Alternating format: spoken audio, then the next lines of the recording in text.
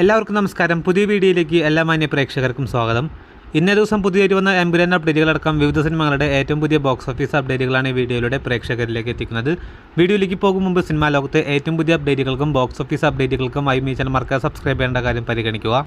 പൃഥ്വിരാജ് സുകുമാരൻ്റെ സംവിധാനത്തിൽ മോഹൻലാലിനെ നായകനാക്കി മാർച്ച് മാസം 27 തിയേറ്ററുകളിലേക്ക് റിലീസ് എത്താൻ പോകുന്ന മലയാളത്തിലെ ഏറ്റവും വലിയ ബിഗ് ബഡ്ജറ്റ് പാൻ ഇന്ത്യൻ സിനിമയാണല്ലോ L2 എമ്പുരാൻ.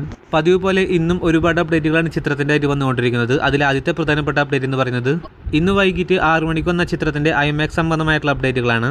ഈ കാണുന്ന പോസ്റ്ററാണ് ഇന്ന് വൈകിട്ട് 6 മണിയോടെ പൃഥ്വിരാജ് സുകുമാരൻ തൻ്റെ ഇൻസ്റ്റാഗ്രാം പോസ്റ്റിലൂടെ പുറത്തുവിട്ടിരിക്കുന്നത്. മലയാള സിനിമയുടെ ചരിത്രത്തിൽ തന്നെ ആദ്യത്തെ IMAX റിലീസായിരിക്കും എമ്പുരാൻ. അതിനിടയിൽ ചിത്രത്തിൻ്റെ ഓവർസീസ് പ്രീ സെലക്ഷൻ റിപ്പോർട്ടുകൾ ഇപ്പോൾ ഇത് പുറത്തു വന്നിരിക്കുകയാണ്.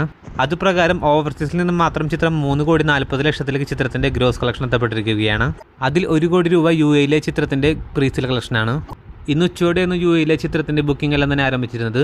ഇന്ന് വൈകിട്ടോടെ പുറത്തുവരുന്ന അപ്ഡേറ്റുകൾ പ്രകാരം ചിത്രത്തിൻ്റെ UAE ഗ്രോസ് കളക്ഷൻ 1 കോടിയിലേക്ക് ചിത്രത്തിൻ്റെ പ്രീ സെൽ കളക്ഷൻ എത്തപ്പെട്ടിരിക്കുകയാണ്.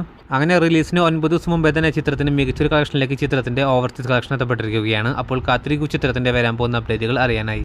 അതിനിടയിൽ ഇന്ന് ഉച്ചയോടെ വന്ന അപ്ഡേറ്റുകൾ പ്രകാരം ചിത്രത്തിൻ്റെ കർണാടകൻ ഡിസ്ട്രിബ്യൂട്ട് അവകാശങ്ങൾ വിറ്റുപോയിരിക്കുകയാണ്. ഹോംബാല ഫിലിംസാണ് ചിത്രത്തിൻ്റെ കർണാടകൻ ഡിസ്ട്രിബ്യൂട്ട് ഏറ്റെടുത്തിരിക്കുന്നത്. അപ്പോൾ കാത്തിരിക്കൂ ഇനി വരാൻ പോകുന്ന എമ്പുരാൻ അപ്ഡേറ്റുകൾ അറിയാനായി. ഇനി മറ്റുള്ള സിനിമകളുടെ ഏറ്റവും പുതിയ ബോക്സ് ഓഫീസ് അപ്ഡേറ്റുകളിലേക്ക് വരികയാണെങ്കിൽ കഴിഞ്ഞ മാസം ചാക്കോച്ചൻ്റെ തിയേറ്ററുകളിലേക്ക് റിലീസെത്തിയ വലിയ വിജയം നേടിയ സിനിമ കൂടിയാണല്ലോ ഓഫീസർ ഓൺ ഡ്യൂട്ടി.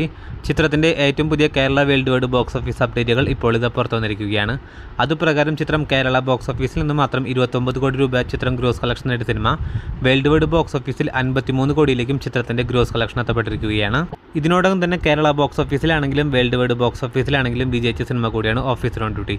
ചിത്രം ഈ വരുന്ന മാർച്ച് മാസം 20 നെറ്റ്ഫ്ലിക്സ് എന്ന OTT പ്ലാറ്റ്ഫോമിലൂടെ വിവിധ ഭാഷകളിലൂടെ ചിത്രം OTT റിലീസ് ചെയ്യാൻ പോവുകയാണ്. അപ്പോൾ കാത്തിരിക്കൂ ചിത്രത്തിൻ്റെ വരാൻ പോകുന്ന അപ്ഡേറ്റുകൾ അറിയാനായി.